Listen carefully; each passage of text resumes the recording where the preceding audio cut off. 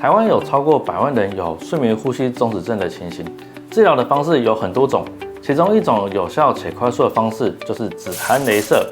但其实呢，大家对这个东西没有那么了解，包括它的次数啊、价格等等。今天呢，就让我来为大家仔细的介绍。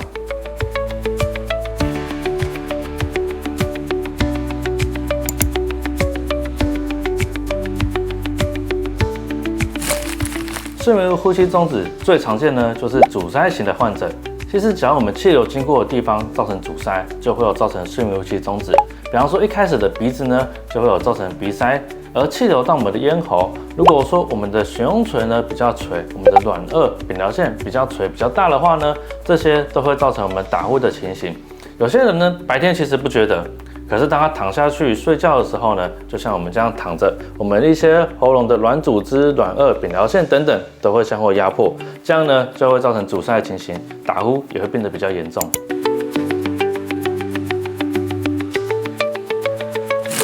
传统的治疗方式，我们需要用开刀的方式来移除口腔内多余的组织，而这个手术呢，它需要把我们的软腭、悬雍垂呢做部分的切除。这个呢，常常需要住院3到5天，而且我们都会跟患者说啊，手术完你一定会瘦下来，毕竟你会痛到5到7天呢，其实都不好吃东西。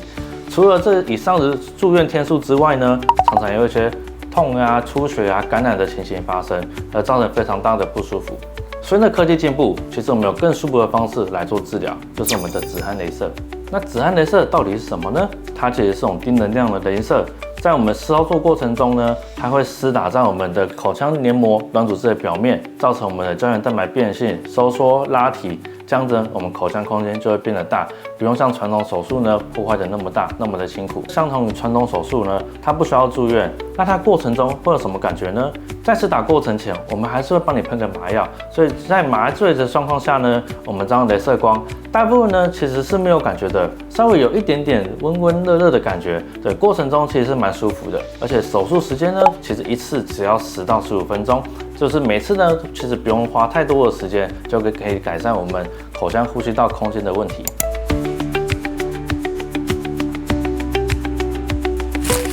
但是呢，不是每个人都适合做止鼾雷射。那到底哪些人不适合呢？其实我们会先做一个评估，就是当我们嘴巴张开看我们的喉咙，如果扁桃腺太大的，我们会分等级，我们就是从1到4，如果是3级到4级，这个扁桃腺呢，可能还是要做手术切除化，才有办法达到改善打呼的情形。另外呢，我们也要看悬雍垂的长度，如果悬雍垂已经脱垂到非常的狭长的话，那可能悬雍垂呢，还是要做部分的切除，打呼才能够有效的改善。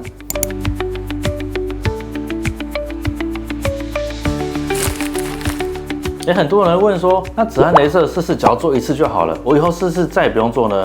其实答案这是否定的哦。可以想说，我们其实用低能量的雷射在我们表面造成变性，毕竟呢它没有伤口，没有侵入性，所以呢它必须一次一次的来做能量叠加。那通常呢我们会建议要6到10次，这样子呢才有办法跟我们的传统手术或是一些微创手术的效果来做比拟。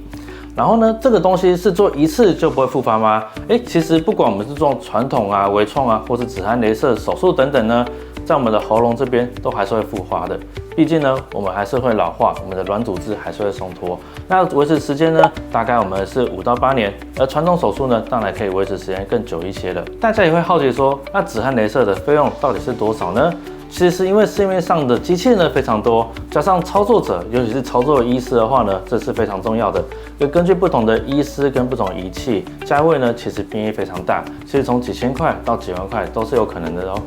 那大家也会问说，做这个止鼾雷射，保险会不会给付呢？